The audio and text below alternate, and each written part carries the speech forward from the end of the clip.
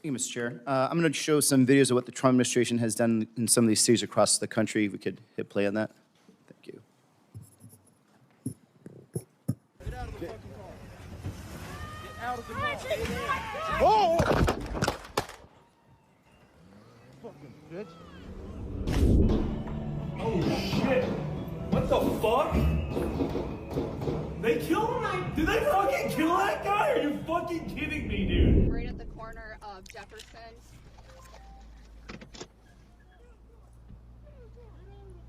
Get out of the car. No, I will not get out of the car. You Get out of can't.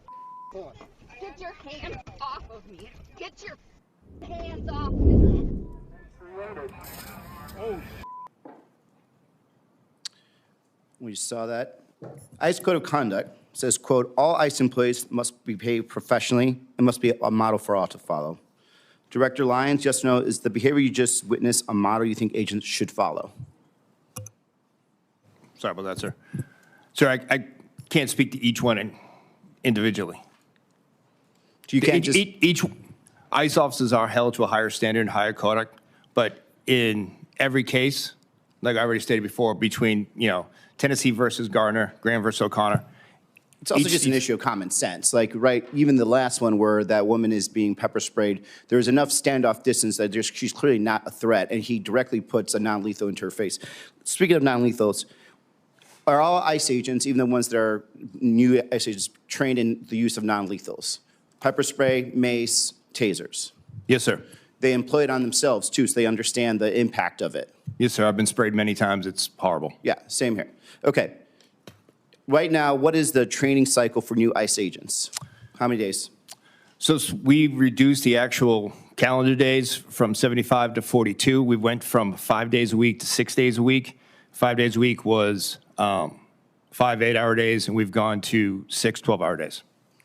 And that is given enough sufficient experience for them to be dealing in these very dynamic areas and urban areas with including weapons handling, because I've seen some of your ICE agents and their weapons handling. It's quite horrible. Do you think that in those time period you could actually insert people into an environment as dynamic as Minnesota and other places, and they're actually using weapons in the correct way? So, sir, what we've done on the backside of that is we've instituted our OJT program, which, as you in law enforcement are familiar with, much like an FTO program, where after the academy they get the real-world training like you would once a local police officer comes out of the academy. So the OTG is happening in places like Minnesota. So somebody who probably has never handled a weapon, after 42 days, is going to be inserted into Minnesota into a high-stress environment. They could, sir. Yes, sir. Explains a lot. In one of the videos you saw earlier, there was a gentleman, ICE agent, or I believe it's CBP agent, that is hitting Mr. Petrie in the face with a tear gas canister. Without actually talking about that specific event, where in any training manual have you been taught, or I was never taught, that I should use something like that as a weapon against a civilian or against anyone trying to detain? I haven't. You haven't? No, sir. Mr. Scott, have you ever been trained to use maybe a pistol to pistol whip somebody while you're trying to detain them, or a canister of that nature? Not specifically to this thing, but in general, any of your training? Absolutely not, although there's an exception that in certain circumstances, meaning your life's at risk, you don't have anything else, you can use whatever you have available. Sure, weapons of opportunity. I'm training that shit too. Pardon me, in that stuff too. Back it up now. So why don't you do that from your training? Why are you not supposed to use a pistol to pistol whip somebody, or a canister of tear gas when you're trying to restrain somebody? Do you remember your training, why they told you to do that? You go first, Mr. Lyons. No, sir. Why don't we do that, sir? Yes, why don't you do that? So you're not going to pistol whip an individual for fear the weapon's going to go off? Exactly. And so what we've seen consistently is a lot of CBP agents, and in this case, customs agents, that are clearly either violating or putting other people in danger or themselves in danger. And the fact that they're doing that tells me there is a command structure and element that allows that to happen, because we consistently see it all the time on video. And, I have been in those high-stress environments, and if I had seen this consistently done by Marines, I think the Marine Corps would have stopped altogether and said, we need to have a brand new training structure, and or we have to hold people accountable.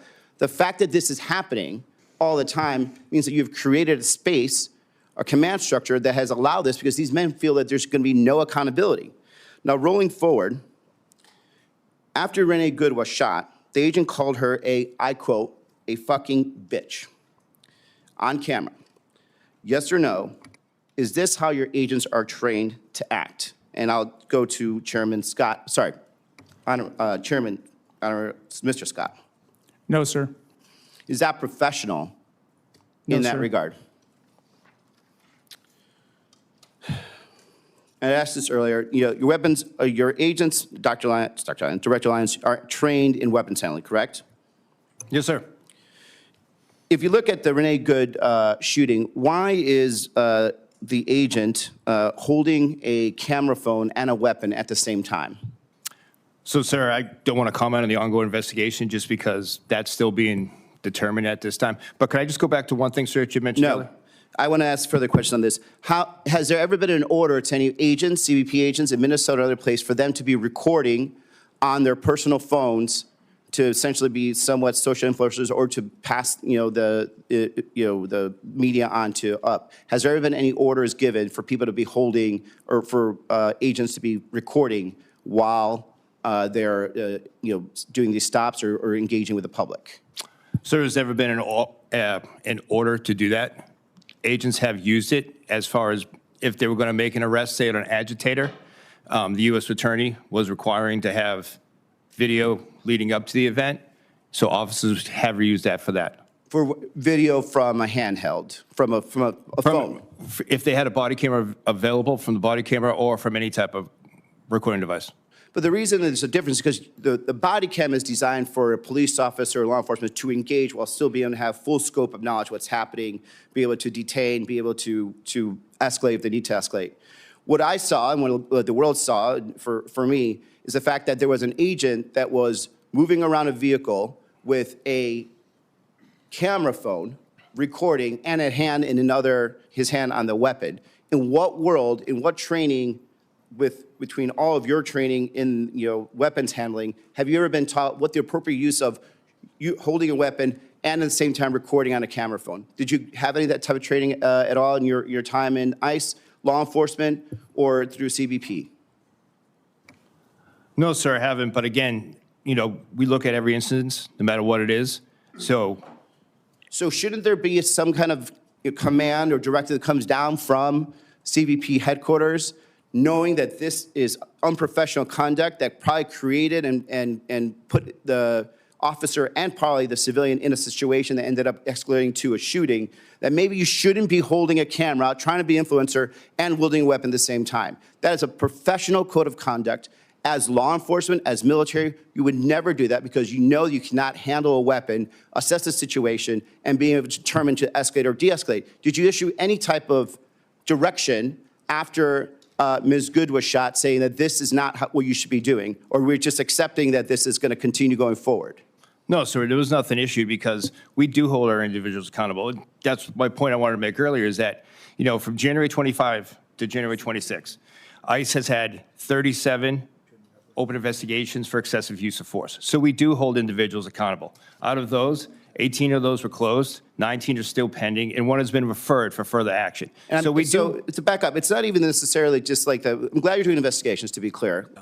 But the fact that there are consistent mishandling of weapons, use of escalation of force that is above what is necessary, and there still hasn't been any command decision and directive about how to actually, fix this is concerning, because any other agency, any other law enforcement, any other military agency would have said, do not do this. If, for example, do not be recording with your phone while actually handling a weapon and moving in front of a moving vehicle.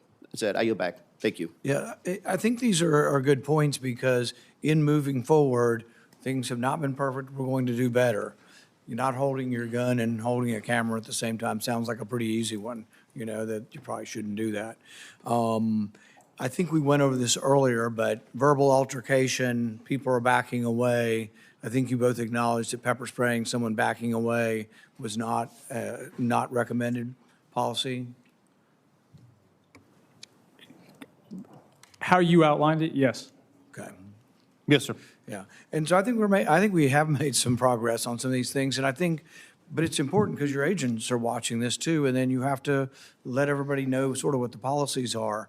And things haven't been perfect, and there needs to be, my goal hasn't been, you may not believe me, but my goal isn't to make it harder for you. My goal is to restore trust in the organization. And I think that's through honest self-assessment. Senator Fetterman.